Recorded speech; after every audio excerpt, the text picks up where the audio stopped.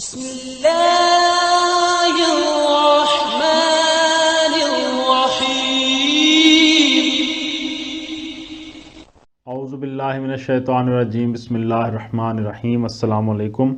آج آپ کا میزبان ڈاکٹر کاشف بشیر تفہیم القرآن سیریز کی قسط نمبر 217 کے ساتھ آپ کے سامنے حاضر خدمت ہے، جس میں ہم انشاءاللہ سورہ الحجر کا تعارف آپ کے سامنے پیش کریں گے اور ساتھ ہی اس کی پہلی 15 آیات کا ترجمہ اور تفسیر بھی آپ کے سامنے پیش کریں گے، اور اسی قسط میں سورہ الحجر کی آیت نمبر 2 سے 14واں پارہ جو ہے اس کا بھی آغاز پا رہا ہے۔ اللہ تعالیٰ سے دعا ہے کہ اللہ تعالیٰ ہمارے صغیرہ کبیرہ گناہ معاف فرمائے، ہمیں نیک اور سیدھے رستے پہ چلنے کی توفیق عطا فرمائے، ہمیں اس رستے پہ چلنے کی توفیق عطا فرمائے جس پر اس کا انعام ہوا ہے، اور ہمیں اس رستے سے بچائے اور اس رستے سے بچنے کی توفیق عطا فرمائے جس پر اس کا غضب نازل ہوا۔ بسم اللہ الرحمن الرحیم۔ الحجر آیت نمبر 80 کے فقرے کذب اصحاب الحجر المرسلین سے یہ نام ماخوذ ہے۔ زمانہ نزول کے حوالے سے بتایا گیا کہ مضامین اور انداز بیان سے صاف مترشح ہوتا ہے کہ اس سورہ کا زمانہ نزول سورہ ابراہیم سے متصل ہے۔ اس کے پس منظر میں دو چیزیں بالکل نمایاں نظر آتی ہیں۔ ایک یہ کہ نبی صلی اللہ علیہ وآلہ وسلم کو دعوت دیتے ایک مدت گزر چکی ہے اور مخاطب قوم کی مسلسل ہٹ درمی، استہزاء، مزاحمت اور ظلم و ستم کی حد ہو گئی ہے، جس کے بعد اب تفہیم کا موقع کم اور تنبیہ و انذار کا موقع زیادہ ہے۔ دوسرے یہ کہ اپنی قوم کے کفر و حجود اور مزاحمت کے پہاڑ توڑتے توڑتے نبی صلی اللہ علیہ وآلہ وسلم تھکے جا رہے ہیں اور دل شکستگی کی کیفیت بار بار آپ پر طاری ہو رہی ہے، جسے دیکھ کر اللہ تعالیٰ آپ کو تسلی دے رہا ہے اور آپ کی ہمت بندھا رہا ہے۔ مزید بتایا کہ یہی دو مضمون اس سورہ میں بیان ہوئے ہیں، یعنی تنبیہ ان لوگوں کو جو نبی صلی اللہ علیہ وآلہ وسلم کی دعوت کا انکار کر رہے تھے اور آپ کا مذاق اڑاتے اور آپ کے کام میں طرح طرح کی مزاحمتیں کرتے تھے، اور تسلی و ہمت افزائی حضور صلی اللہ علیہ وآلہ وسلم کی۔ لیکن اس کا یہ مطلب نہیں کہ یہ سورت تفہیم اور نصیحت سے خالی ہے۔ قرآن میں کہیں بھی اللہ تعالیٰ نے مجرد تنبیہ یا خالص زجر و توبیخ سے کام نہیں لیا، سخت سے سخت دھمکیوں اور ملامتوں کے درمیان بھی وہ سمجھانے اور نصیحت کرنے میں کمی نہیں کرتا۔ چنانچہ اس سورہ میں بھی ایک طرف توحید کے دلائل کی طرف مختصر اشارے کیے گئے ہیں اور دوسری طرف قصہ آدم و ابلیس سنا کر نصیحت فرمائی گئی ہے۔ سورہ الحجر مکی صورت ہے، اس میں 99 آیتیں ہیں اور 6 رکوع ہیں۔ اس کا آغاز کرتے ہیں۔ بسم اللہ الرحمن الرحیم۔ الف لام را تلک آیات الکتاب و قرآن مبین۔ ترجمہ الف لام را، یہ آیات ہیں کتاب الہی اور قرآن مبین کی۔ تفسیر میں یہ سورہ کی مختصر تعارفی تمہید ہے، جس کے بعد فوراً ہی اصل موضوع پر خطبہ شروع ہو جاتا ہے۔ قرآن کے لیے مبین کا لفظ صفت کے طور پر استعمال ہوا ہے۔ اس کا مطلب یہ ہے کہ یہ آیات اس قرآن کی ہیں جو اپنا مدعا صاف صاف ظاہر کرتا ہے۔ ربما یود الذین کفروا لو کانوا مسلمین۔ ترجمہ بعید نہیں کہ ایک وقت وہ آ جائے جب وہی لوگ جنہوں نے آج دعوت اسلام کو قبول کرنے سے انکار کر دیا ہے پچھتا پچھتا کر کہیں گے کہ کاش ہم نے سر تسلیم خم کر دیا ہوتا۔ ذرہم یاکلوا ویتمتعوا ویلہہم الامل فسوف یعلمون۔ ترجمہ چھوڑو انہیں، کھائیں پیئیں مزے کریں اور بھلاوے میں ڈالے رکھے ان کی جھوٹی امید، ان قریب انہیں معلوم ہو جائے گا۔ وما اہلکنا من قریۃ الا ولہا کتاب معلوم۔ ترجمہ ہم نے اس سے پہلے جس بستی کو بھی ہلاک کیا ہے اس کے لیے خاص مہلت عمل لکھی جا چکی تھی۔ تفسیر میں آیا کہ مطلب یہ ہے کہ کفر کرتے ہی فوراً تو ہم نے کبھی کسی قوم کو نہیں پکڑا، پھر یہ نادان لوگ کیوں اس غلط فہمی میں مبتلا ہیں کہ نبی کے ساتھ تکذیب و استہزاء کی جو روش انہوں نے اختیار کر رکھی ہے اس پر چونکہ ابھی تک انہیں سزا نہیں دی گئی، اس لیے یہ نبی سرے سے ہے ہی نہیں۔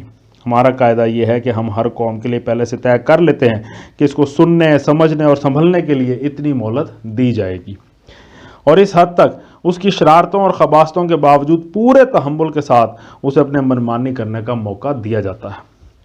یہ مہلت جب تک باقی رہتی ہے اور ہماری مقرر کی ہوئی حد جس وقت تک آ نہیں جاتی ہم ڈھیل دیتے رہتے ہیں۔